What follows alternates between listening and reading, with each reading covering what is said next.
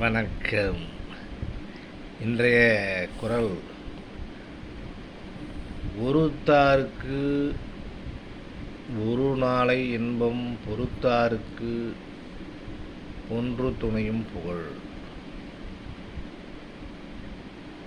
அதாவது, தீங்கு செய்தவர்களை தண்டித்தவர்களுக்கு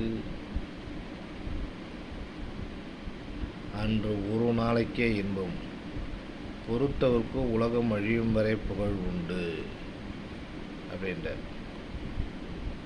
அதாவது, இதுக்கு நான் எழுதின கதை. ஒரு ஊர், அந்த ஊரில் தேவன் ஒருத்தர். அவர் ஒரு ரவுடி. அவருடைய அட்டகாசம் அதிகமாக இருந்தது. இவனால் பல பேர் பாதிக்கப்பட்டார். இவன் ரவுடின்றதால இவனை போலீஸில் பிடிக்கிறது தனி படையே போட்டிருக்காங்க. அவர்கள் இவனை சல்லடையாக தேடுறாங்க, எங்கும் கிடைக்கல. கடைசியில் அந்த ஊர் மேலேயே போலீஸுக்கு ஒரு சந்தேகம் வந்துடுச்சு. அந்த ஊர் மேலேயே, ஏன்னா எங்கேயாவது மறைச்சி வச்சுன்னு இவனை விடாமல் அவனை பாதுகாக்கிறாங்களா போலீஸ் அப்படின்னு சொல்லிட்டு அந்த ஊர் மேலேயே போலீஸுக்கு சந்தேகம் வந்துடுச்சு. அதனால் வீடு வீடாக போய் தேடுறாங்க. அந்த ஊரில் வீடு வீடாக போய் தேடுறாங்க. கடைசியில் குமார் என்பவருடைய வீட்டில் அவர் கைது செஞ்சாங்க. அந்த ஊருக்காக தான் அவர்.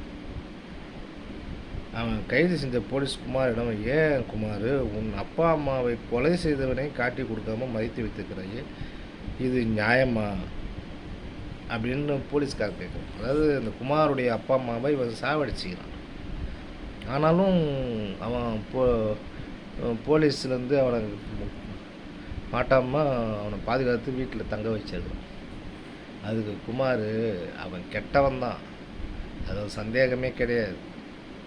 ஆனால் அவனால் நிறைய பேர் வாழ்கிறார்களே, அதனால் அவனை மன்னித்து விட்டு அந்த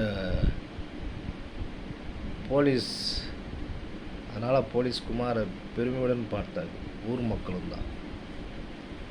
அதாவது வள்ளுவர் என்ன சொல்கிறாருன்னா, தீங்கு செய்தவர்களை தண்டித்தவர்களுக்கு அன்று ஒரு நாளைக்கு தான் இன்பம். இப்போ அவனை காட்டி கொடுத்தா அவனுக்கு ஒரு நாளைக்கு சந்தோஷம். அப்பா அம்மாவை சாவடித்தவனா அவனை பழிவாகிட்டோம் அப்படின்னு ஒரு சந்தோஷம் அன்றைக்கி ஒரு நாளைக்கு. ஆனால் அவனால் வாழ்வு பெற்றவங்க எத்தனை பேர் இருக்கிறாங்க, அவங்க தினசரி கஷ்டப்படுவாங்கல்ல. அதாவது இதில் நியாய தர்மத்தை பற்றி பேச முடியாது. அதே சமயத்தில் அவன் செஞ்ச பாவத்தினுடைய அளவை நம்ம கணக்கிடணும். நம்ம ஒருத்தர் தான் பாதிக்கப்பட்டுவோம், ஆனால் அவனால் பல பேர் வாழ்ந்துக்கிட்டு இருக்காங்க. அவங்க வாழ்க்கையை நம்ம கெடுக்கக்கூடாது.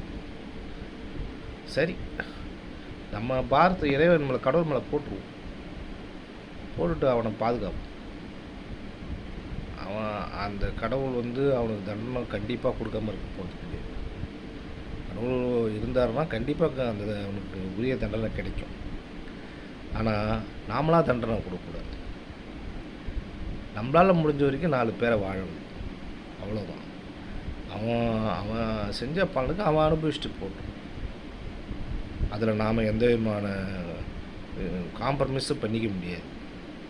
அதே சமயத்தில் அவனை வாழ வைக்கிறதுக்கு நம்மளால் ஒரு வாழ்க்கை அந்த பல பேர் கிடைக்குதுன்னா வாழ்ந்துட்டு போகும். அதுவும் ஒரு புண்ணியம்தான். நன்றி, வணக்கம். நாளை மறுபடியும் சந்திப்போம்.